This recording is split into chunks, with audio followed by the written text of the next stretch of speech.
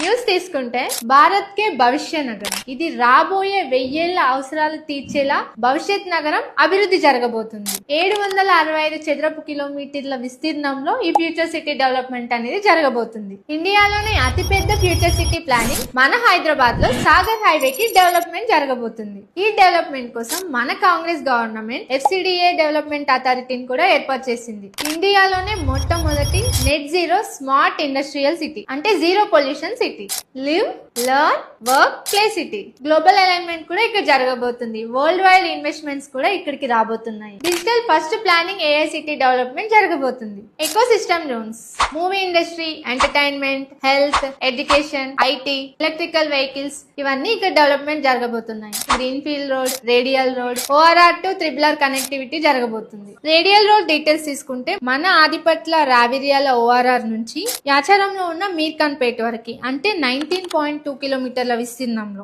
సాగర్ హైవేలో యాచారం మండలం మీర్ఖాన్పేట్ విలేజ్ నుంచి మళ్ళీ శ్రీశైలం హైవేలో ఉన్న ఆమన్గల్ వరకు ఈ RRR రూట్, అంటే 22.3 కిలోమీటర్ల విస్తీర్ణంలో. సో ఓవరాల్ గా 41.5 కిలోమీటర్స్ విస్తీర్ణంలో ఈ రేడియల్ రోడ్ అనేది నిర్మించడం జరుగుతుంది. ఇది ఫ్యూచర్ సిటీ కోసం తలపెట్టిన రేడియల్ రోడ్. మరి ఇంత పెద్ద ఫ్యూచర్ సిటీకి నీటి లోటు లేకుండా మన పాలమూరు రంగారెడ్డి ఎత్తిపోతల పథకంలో భాగంగా చేపట్టిన వట్టం రిజర్వాయర్ నుంచి తేవాలని అంచనా. అది కూడా 4 నుంచి 5 TMCల అవసరం ఉండొచ్చని అంచనా వేశారు. Telangana rising 2047 visionary policy document ని రూపొందించింది. మరి 2047 వచ్చేసరికి మన తెలంగాణ సర్కార్ టార్గెట్ ఏంటంటే తెలంగాణ ఆర్థిక వ్యవస్థని $3 ట్రిలియన్ చేర్చడమే టార్గెట్ గా పెట్టుకుంది. మరి ఈ ఫ్యూచర్ సిటీలో ఇన్వెస్ట్ చేయాలి అనుకుంటే సాగర్ హైవేకి మంచి డెవలప్మెంట్ స్కోప్ ఉంది. సో మీరు ఇప్పుడు గనక ఇన్వెస్ట్ చేయకపోతే ఫ్యూచర్ లో రిగ్రెట్ అవుతారు. ఎందుకంటే ఆల్రెడీ డెవలప్ అయ్యాక మనం కొనాలంటే మనతో అవ్వదు అసలు.